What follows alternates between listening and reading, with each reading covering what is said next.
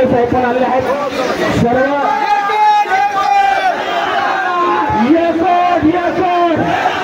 आरक्षण आमच्या हक्काचं हमारा नेता कैसा हो हमारा नेता कैसा हो आज 11वा दिवस आहे सरकारला उशिरा जाग आलेली आहे त्यामुळे आपल्याला आता या सगळ्या गोष्टी करायच्या नाही आहेत. मी तुम्हाला उद्या पत्र देतो तुम्ही त्याच्या पत्राचा थोडासा आदर ठेवून आणि या संदर्भात आपण चर्चा करता या चालेल.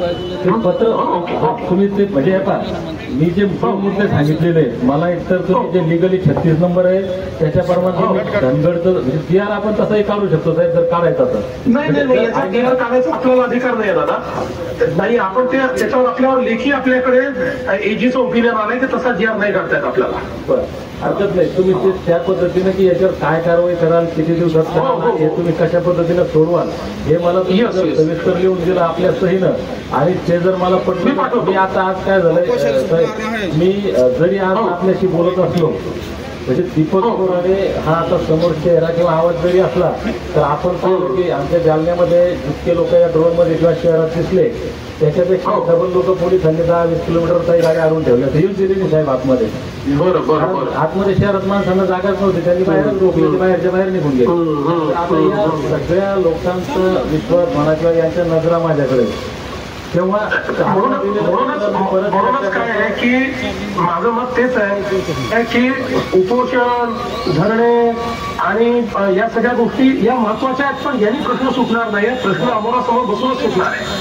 आपण जे आता एक पत्र जे आपले माझ्या महत्वाच्या सहकार्यांसोबत चर्चा करतो आणि मग सगळ्यांना विश्वासात घेऊन कारण उद्या ह्या मग मी त्याविषयी निर्णय घेतो पण मला जसं मी म्हणलो तसं खात्रीशीर असलं तर निर्णय 100% घेता येईल काही अडचण नाही काही बोलतात आपल्याशी.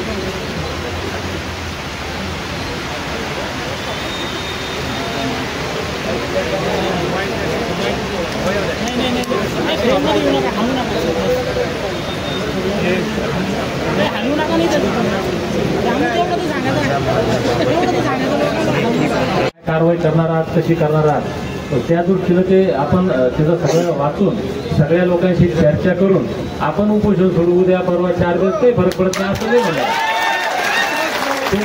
तुम्हाला काय वाटतं उपोषण आत्ताच सोडलं पाहिजे की नाही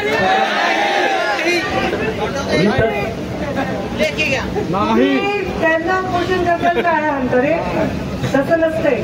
आम्ही आलोय आता मी मुद्दा एकटे म्हणून मी एकटे आले नाही आज सकाळी मुद्दा निघाले मग मी आता सरकार कशी मी निघाल ऐका ना ऐका ते उपाशी राहणं आपण म्हणायला तुम संघर्ष करू आम्ही तुम्हाला साथ करतो संघर्ष करायला माणूस ताकदवर पाहिजे की नाही तर त्यांना आता 12 दिवस झाले ना मी पोरांनो आता उपोषण करून काय सीएम साहेबांच्या सहीचं पत्र येत आहे मंगळवारी त्यांना मिटिंगला आम्ही बोलवतो उलट तुम्ही म्हणलं पाहिजे की सरसलामतचं पगडी बचाव त्यांच्या जीवाला धोका नाही झाला पाहिजे असं म्हणलं पाहिजे. बघा तुम्ही उपोषण करा आम्ही काय समाजाची सगळी ताकद त्यांच्या सोबत आहे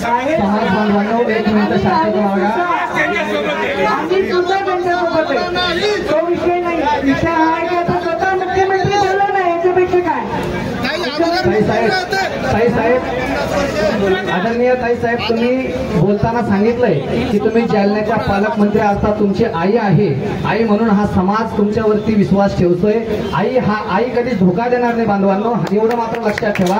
जर आईने धोका दिला तर विश्वास मात्र कोणावर ठेवता येणार नाही. या ठिकाणी ताईसाहेब तुम्हाला अर्थात आईसाहेब तुम्हाला आणि महाजन भाऊंना आणि सर्व आमदार साहेबांना विनंती आहे भाऊच्या तब्येतीची मात्र विचारात घ्या आणि या ठिकाणी धनगर समाजाच्या हिताचा निर्णय तुम्ही द्या एवढी विनंती करतो. खरं म्हणजे सक्सेना आणि चिंचाळकर यांनी एक संशोधन केलं भारतामध्ये साहेब महाजन साहेब आणि त्यावेळेस त्या संशोधनामध्ये असं लक्षात आलं खरं म्हणजे आम्हाला र आणि ड या 2 शब्दाभोवती घुमवण्यात आलं आणि फसवण्यात आलं पण चिंचाळकर आणि सक्सेना यांनी या संशोधन केलं भारतभर आणि त्यांच्या लक्षात आलं की र आणि ड म्हणजे हिंदी भाषेमध्ये धनगरांना धनगडच म्हणलं जातं. हे संशोधन आहे साहेब तेही तुम्ही बघा त्याच्यावरही अभ्यास करा. आमच्या बांधवाला काही झालं नाही पाहिजे कारण लाख वेळा तरी चालतील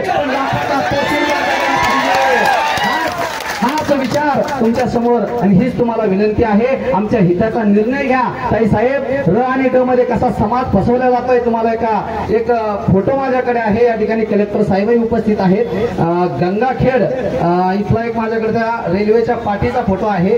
र आणि ड मध्ये कसा समाज फसवला जातो याच्या संदर्भात मी तुम्हाला एका मिनिटात ते फोटो दाखवतो. खरं म्हणजे र आणि ड मध्ये या समाजाची फसवणूक होते.